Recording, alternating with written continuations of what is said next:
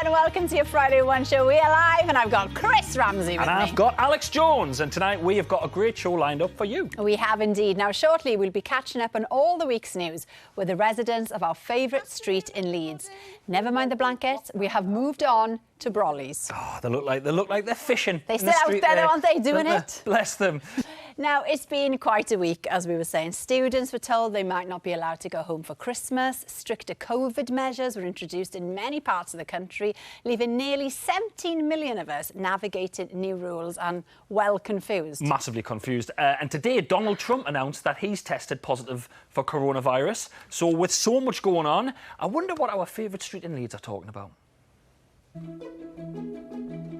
Afternoon, everybody. Oh, afternoon. Make sure you get a brolly.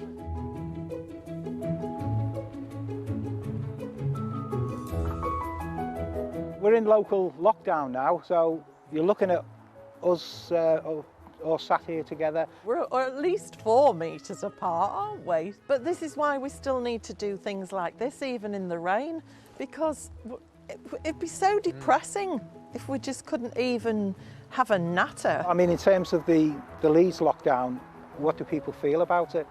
Do we need to be doing it? I think you have to do it. If the R rate is going up, we have to do something about it. But at the same time, it's really sad because we were just starting to see friends and family, and I kind of wish I'd seen my mum a bit more now. What's interesting is that you can still meet people, can't you, in a restaurant, bar or cafe, but I can't have them in my garden or home. So it is a bit confusing, isn't it? And not only that, but you go to the cafe, you're going to be in proximity with all sorts of other people. That's the extra bit of lockdown they've already got further in the northeast, isn't it? And I think I put money on Leeds being there within a fortnight. Whilst it's still advisory, people will bend those rules, whereas if it was definite, you must not, then they wouldn't do it. To be honest, when the Prime Minister can't even remember what the rules are, it's not surprising he can't explain it to us.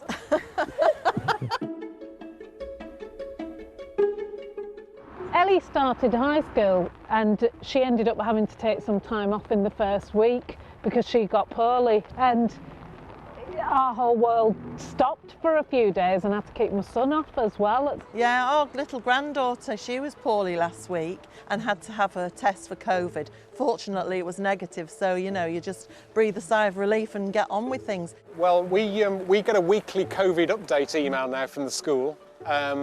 Last week there were 8 cases across 5 years, so that's only like 1 or 2 per year.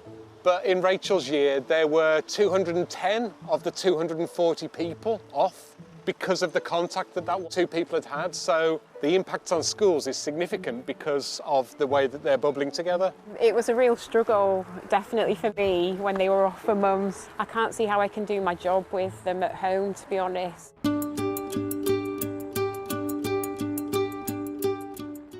I mean, it's going to be obvious that when students went back to universities, their bubbles were going to overlap. You'd be very, very lucky to stop them socialising outside of classes. You know, it's inevitable. Yeah. I feel sorry for a lot of them, though, especially the new students. Yeah, you can have a great time, but I hated my first few weeks. It was awful. I was homesick and lonely. So to have to be stuck in a hall of residence with lots of people you don't really know very well, and it must be awful for some people. Some of them can't even leave a room. They just have to do everything in their room, you know, online teaching. Yeah. Awful. It's worse than being in prison in some respects. Yes. At least in prison you get visitors. Yes, you do. Right, guys, well, I think we've had enough in this wonderful weather. Yeah, I think we're going to have to make a dash for it. See you later. See you later. Bye-bye. Bye! Bye.